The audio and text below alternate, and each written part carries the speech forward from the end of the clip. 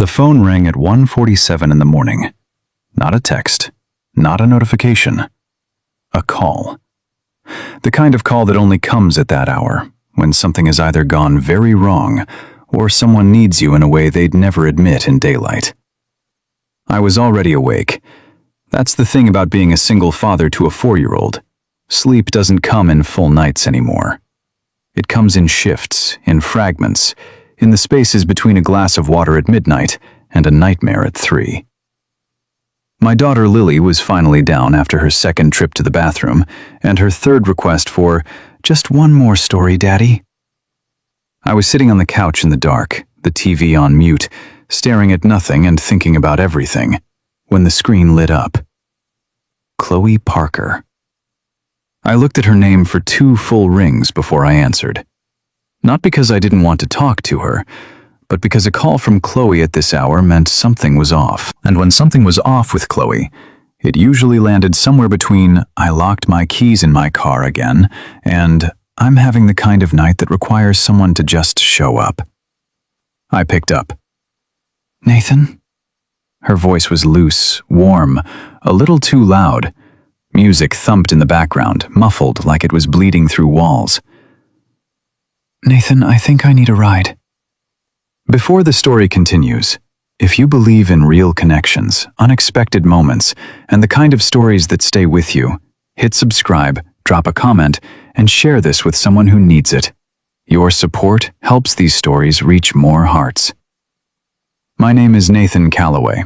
I'm 29 years old. I live in a 2-bedroom apartment in a quiet part of town that smells like dryer sheets and whatever Lily last spilled on the carpet. I work as an electrician. Early mornings, long days, the kind of work that lives in your shoulders and lower back.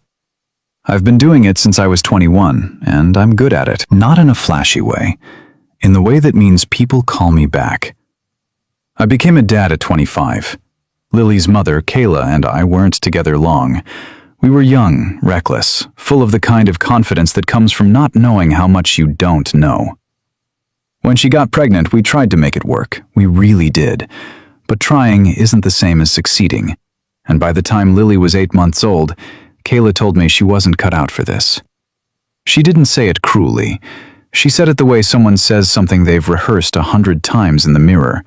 Steady, practiced, already grieving before the words came out. She moved to Portland, sends birthday cards, calls on holidays, most of them. I don't hold anger toward her anymore. I used to.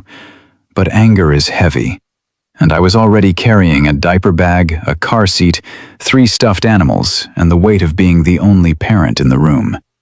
Something had to go. So it's me and Lily, has been for 3.5 years. I feed her, dress her, braid her hair badly, read her the same book 14 nights in a row because she's going through a phase, and fall asleep most nights before she does. And then there's Chloe. Chloe Parker has been my best friend since we were 17.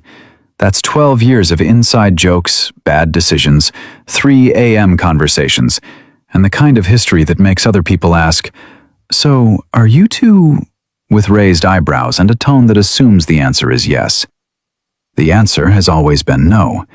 Not because the thought never crossed my mind. I'm not going to sit here and pretend that a man and a woman can spend 12 years that close without the air between them changing temperature once or twice. But the timing was never right. When I was available, she was in a relationship.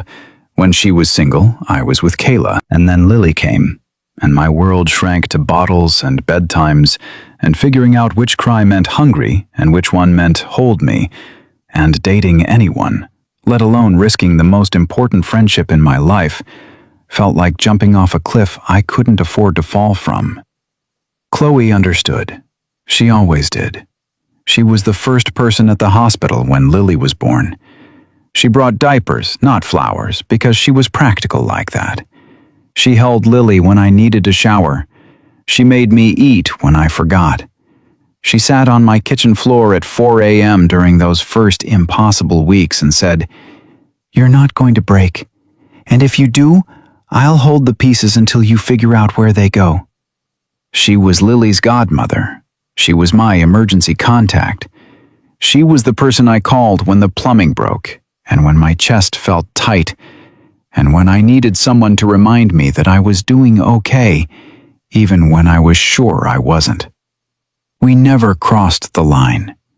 We just lived very, very close to it. "Where are you?" I asked, already standing up, already looking for my keys. She paused. I could hear her thinking, which meant she was drunker than she sounded. "That place on 4th Street? The one with the green sign?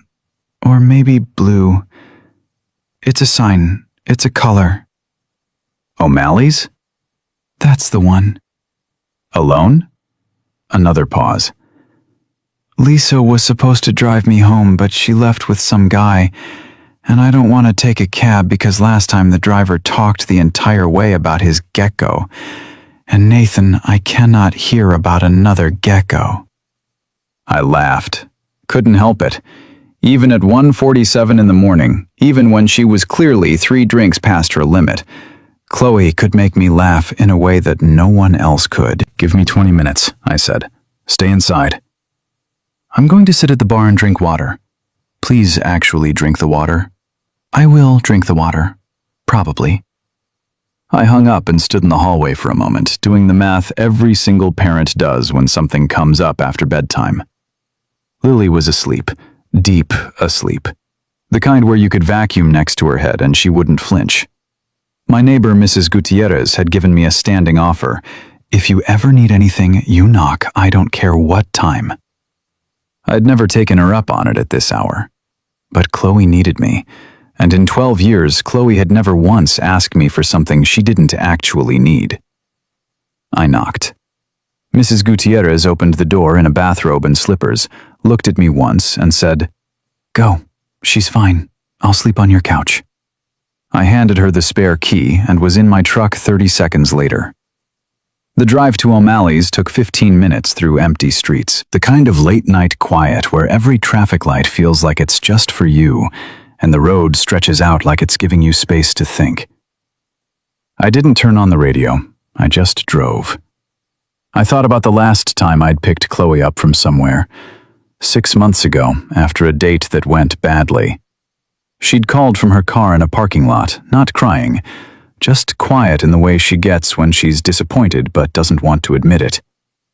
I'd driven over, sat in the passenger seat of her car, and listened while she talked about a guy who spent the entire dinner looking at his phone, and then asked if she wanted to split the check after ordering the most expensive thing on the menu. "I don't need someone to pay for my dinner," she'd said. "I need someone who actually wants to be there." That sentence had lived in my head for 6 months.